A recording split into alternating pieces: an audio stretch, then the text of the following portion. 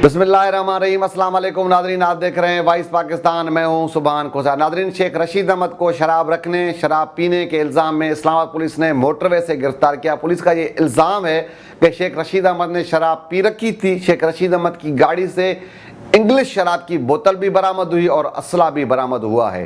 Police ने शेख रशीद अहमद का medical checkup करवाने के बाद अब उन्हें अदालत में पेश किया जा रहा है। अब देखना यह है कि अदालत उनकी ज़मानत मंजूर करती है या रिमांड पर पुलिस के हवाले कर देती है। लेकिन सबसे पहले बात को आगे बढ़ाने से पहले तो मैं शेख रशीद अहमद की गिरफ्तारी की सख्त अल्फाज में मजम्मत ही करूंगा। शेख रशीद अहमद साहब जब खुद मजम्मत करने के बाद अब शेख रशीद अहमद साहब को कुछ याद दिलाने की कोशिश भी करूंगा।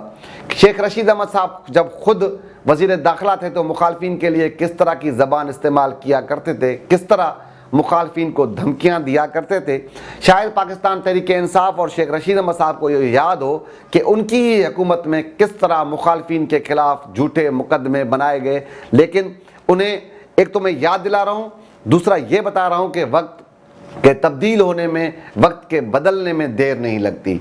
तो कल जो कुछ वो खुद कर रहे थे आज वो खुद उन्हें निभाना पड़ेगा। लेकिन हम कल भी मजम्मत कर रहे थे, हम आज भी मजम्मत ही करेंगे, क्योंकि हम नहीं मैं तो ये समझता हूँ कि किसी भी सियासी कारकुन क्या किसी भी इख्तलाफ राय रखने वाले को इस तरह किसी भी झूठे मुकदमे में फंसाना गैर इंसानी हरकत है, गैर इखलाकी हरकत है और गैर कानूनी हरकत है। लेकिन याद दिलाना ज़रूरी इसलिए समझ रहा हूँ कि कल शायद पाकिस्तान तहरीक इंसाफ के कारकुनों को ये याद ना हो कि किस तरह उन्होंने सियासी बुनियादों पर सियासी मुखालफिन को इंतकाम का निशाना बनाया था।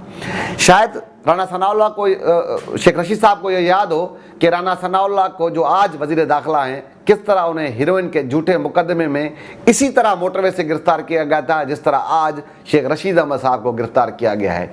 लेकिन शेख रशीद अहमद साहब को गिरफ्तार तो किया गया, एक मामूली सा केस बनाया गया शराब पीने का जिसमें उनकी जमानत हो जाएगी। लेकिन राना सनाउल्लाह के खिलाफ 12 किलो हीरोइन रखने का मुकदमा बनाया गया था। खुदा न ख्वास्ता अगर ये मुकदमा उन पर साबित हो जाता तो उन्हें उम्र कैद की सज़ा भी लग सकती थी, उन्हें फांसी की सज़ा भी लग सकती थी। लेकिन शायद पाकिस्तान तहरीक इंसाफ वालों को उस टाइम ये कुछ याद ना हो कि हमारी हुकूमत चली भी जाएगी, हमारी हुकूमत नहीं रहेगी, तो हम इतना करें कि कल हम खुद बर्दाश्त कर सकें। लेकिन वक्त जैसे तब्दील हुआ तो आज उन्हीं के साथ वही हो रहा है जो हम कह रहे थे उस टाइम। लेकिन शायद वो हुकूमत के नशे में धुत थे, हुकूमत के नशे में मस्त थे, तो उन्हें बात समझ नहीं आ रही थी। लेकिन ये भी उनको शायद याद हो कि किस तरह नवाज शरीफ की बेटी मरियम नवाज को झूठे मुकदमों में फंसाया गया, गिरफ्तार करवाया गया, जेल में रखा गया। वो किसी और की हुकूमत नहीं थी, वो पाकिस्तान तहरीक इंसाफ की हुकूमत में ये सब कुछ हुआ। किस तरह नवाज शरीफ के ऊपर मुकदमे बनाए गए, किस तरह नवाज शरीफ को गिरफ्तार किया गया, वो भी किसी और की हुकूमत में नहीं, पाकिस्तान तहरीक इंसाफ की हुकूमत ही करती रही है। अब भले वो ये कहें कि ये चोर थे, लुटेरे थे, लेकिन हम कहेंगे कि वो सियासी इंतकाम की बुनियाद पर उन्हें गिरफ्तार किया गया क्योंकि उनके ऊपर कोई केस साबित नहीं हो सका।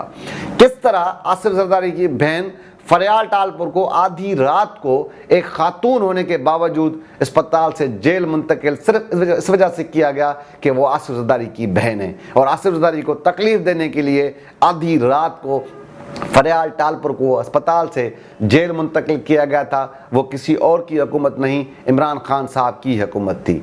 तो कहने का मकसद ये है कि ये खुद सियासी बुनियादों पे लोगों को इंतकाम का निशाना बनाते रहे, इक़्तिदार के नशे में मस्त रहे, इक़्तिदार के नशे में धुत रहे और मुखालफिन को इंतकाम का निशाना बनाते रहे, गिरफ्तार करते रहे। लेकिन आज वक्त तब्दील हुआ, आज वही उनके साथ हो रहा है जो वो खुद किया करते। अब फवाद चौधरी के साथ जो हो रहा है वो उन्होंने खुद इस तरह किया तो उनके साथ हो रहा है। शेख रशीद साहब के साथ जो कुछ हो रहा है इन्होंने खुद इस तरह किया, अब इनके साथ हो रहा है।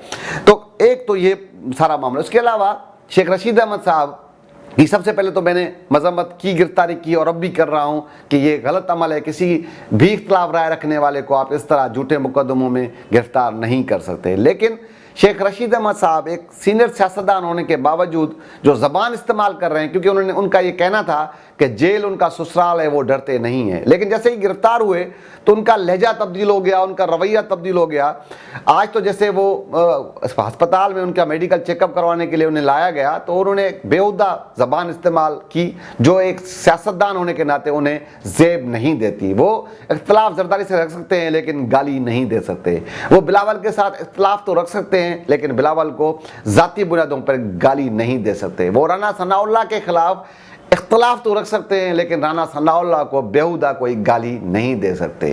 یہ غیر اخلاقی ایک حرکت ہے. لیکن وہ سینئر سیاستدان ہونے کے باوجود جو خود کہا کرتے تھے کہ جیل میرا سسرال ہے, جب انہیں سسرال لایا جا رہا ہے یا لے جایا جا رہا تھا تو تب وہ زیادہ جذباتی ہو گئے اور انہوں نے بیہودہ زبان استعمال کی, زرداری کے خلاف نعرے لگوائے, زرداری کو گالیاں دی, بلاول کے خلاف نعرے لگوائے, بلاول کو گالیاں دیں, رانا ثناء اللہ کے خلاف نعرے لگوائے, رانا ثناء اللہ کو گالیاں دی, جو شیخ رشید احمد صاحب کو زیب نہیں دیتا. لیکن شاید میں جیسے کہہ رہا تھا پاکستانی سیاستدانوں کو یہ خیال رکھنا چاہیے, اب بھی جو حکومت میں موجود ہیں ان کی بھی یہ ذمہ داری بنتی ہے کہ وہ اس طرح کی حرکتیں نہ کریں.